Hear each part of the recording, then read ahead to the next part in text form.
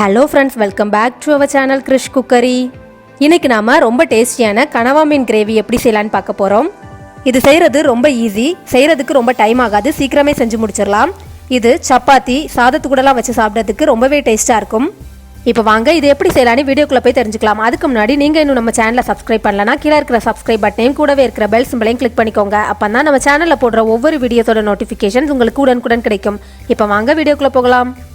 இந்த கனவா மீன் கிரேவி செய்கிறதுக்காக முதல்ல ஸ்டவ்வில் ஒரு பேன் வச்சுட்டு அதில் 3 ஸ்பூன் எண்ணெய் ஊற்றிக்கலாம். எண்ணெய் நல்லா ஹீட் ஆனதுக்கப்புறமா 1/2 டீஸ்பூன் கடுகு போட்டுக்கலாம். கடுகு வெடிச்சதுக்கப்புறமா கொஞ்சமாக கருவேப்பிலை போட்டுக்கலாம். அடுத்தது இதில் 2 பெரிய வெங்காயத்தை ரொம்ப சின்ன சின்னதாக நறுக்கி வச்சுருக்கிறேன், அதையும் சேர்த்து நல்லா வதக்கிக்கலாம்.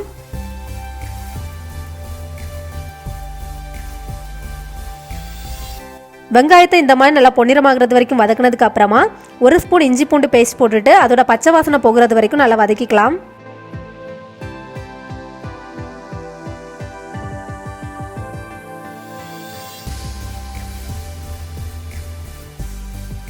இஞ்சி பூண்டோட பச்சை ஸ்மெல் போனதுக்கு அப்புறமா ஒரு தக்காளியை இந்த மாதிரி நல்லா சின்ன சின்னதாக நறுக்கி வச்சிருக்கிறேன், அதையும் சேர்த்துடலாம். இப்போ இந்த தக்காளி நல்லா வெந்து குலைவாகிறது வரைக்கும் நல்லா வதக்கிக்கணும். தக்காளி இந்த மாதிரி நல்லா வதங்கினதுக்கு அப்புறமா மசாலா எல்லாம் சேர்த்துடலாம்.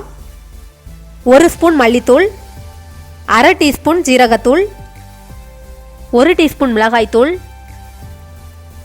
இதுக்கு தேவையான உப்பு, இது எல்லாத்தையும் சேர்த்துட்டு நல்லா கலந்து விட்டுக்கலாம். நான் இப்போ 1/4 கிலோ கனவா மீனுக்கு இந்த அளவு சேர்த்துருக்கிறேன். உங்களுக்கு கூட கொஞ்சம் ஸ்பைஸியாக வேணும் அப்படின்னா கொஞ்சமாக மிளகுத்தூள் சேர்த்துட்டு எல்லாத்தையும் நல்லா கலந்து விட்டுக்கோங்க. மிளகுத்தூள் சேர்த்து செய்யும்போது ரொம்ப ஃப்ளேவராக நல்லா இருக்கும். இந்த மசாலாலாம் சேர்த்துட்டு கொஞ்ச நேரத்துக்கு இதோட பச்சை ஸ்மெல் போகிறது வரைக்கும் நல்லா வதக்கிக்கலாம். மசாலாவோட பச்சை ஸ்மெல் போனதுக்கப்புறமா நல்லா கழுவி வச்சுருக்கக்கூடிய கனவா மீனை போட்டுடலாம். நான் இப்போ 1/4 கிலோ கனவா மீனை நல்லா வாஷ் பண்ணிவிட்டு இந்த மாதிரி ஸ்கொயர் ஷேப்பில் கட் பண்ணி வச்சுருக்கிறேன். இப்போ இந்த கனவா இந்த மசாலா கூட நல்லா மிக்ஸ் ஆகுற மாதிரி நல்லா கலந்து விட்டுக்கலாம். நீங்கள் ரொம்ப சின்ன கனவா எடுத்திருந்தீங்கன்னா அதை ரவுண்டாக ரிங் மாதிரி கட் பண்ணிக்கோங்க, அதுவும் ரொம்ப நல்லாயிருக்கும். பெரிய கனவானா இந்த மாதிரி ஸ்கொயர் ஷேப்பில் கட் பண்ணிக்கோங்க. இந்த கனவா மீன் குக் பண்ணும்போது தண்ணி நிறையா ஊறும், அதனால இது வேக வைக்கிறதுக்கு தண்ணி எதுவும் நம்ம சேர்க்க தேவையில்லை. இது வேகிறதுக்கு ரொம்ப டைம் ஆகுது, ஒரு 3 மினிட்ஸ் போலேயே நல்லா குக் ஆகிரும். ரொம்ப நேரத்துக்கு இதை வச்சு வேக வச்சுட்டே இருந்தீங்கன்னா ரப்பர் மாதிரி ஆகிரும், அதனால தான் நிறைய பேருக்கு இது சாப்பிட்றதுக்கு பிடிக்காது. அதனால ரொம்ப நேரம் வச்சு குக் பண்ணிகிட்டே இருக்காதீங்க. உங்களுக்கு இந்த கிரேவி ரொம்ப திக்காக வேணும் அப்படின்னா அதில் கொஞ்சம் கூட தண்ணி சேர்க்காதீங்க, அந்த கனவால ஊறுற தண்ணியே போதும். எனக்கு இப்போ இந்த கிரேவி ரொம்ப திக்காக வேண்டாம், அதனால நான் இப்போ ஒரு 1/4 கப் போல் தண்ணி ஊற்றிக்கிறேன். ரொம்ப தண்ணி சேர்க்க வேண்டாம், இந்த 1/4 கப் மட்டும் போதும். இப்போ இது எல்லாத்தையும் சேர்த்து நல்லா கலந்து விட்டுடலாம். நல்லா கலந்து விட்டதுக்கு அப்புறமா இதை மூடி வச்சு க்ளோஸ் பண்ணிவிட்டு ஒரு 2 to 3 மினிட்ஸ் நல்லா இருந்து வேகட்டும். 3 நிமிஷத்துக்கு அப்புறமா இதை ஓப்பன் பண்ணி பார்க்கலாம். சூப்பராக கரெக்டான கன்சிஸ்டன்சியில் கிரேவி ரெடியாக இருக்குது. கடைசியாக கொஞ்சமாக கொத்தமல்லி இலை போட்டுட்டு கலந்து விட்டதுக்கு அப்புறமா ஸ்டவ் ஆஃப் பண்ணிடலாம்.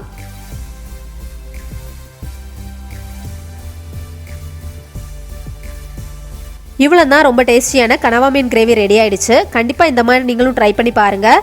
சப்பாத்தி சாதத்து கூடலாம் வச்சு சாப்பிட்றதுக்கு ரொம்ப சூப்பராக இருக்கும். இந்த ரெசிபி உங்களுக்கு பிடிச்சிருந்தா லைக் பண்ணுங்கள், உங்கள் ஃப்ரெண்ட்ஸ் கூட ஷேர் பண்ணுங்கள், கமெண்ட் பண்ணுங்கள். மறக்காமல் கிரிஷ் குக்கரியை சப்ஸ்கிரைப் பண்ணிடுங்க. வேறொரு சூப்பரான ரெசிபியோட உங்களை மீட் பண்ணுறேன். அது வரைக்கும் பாய்.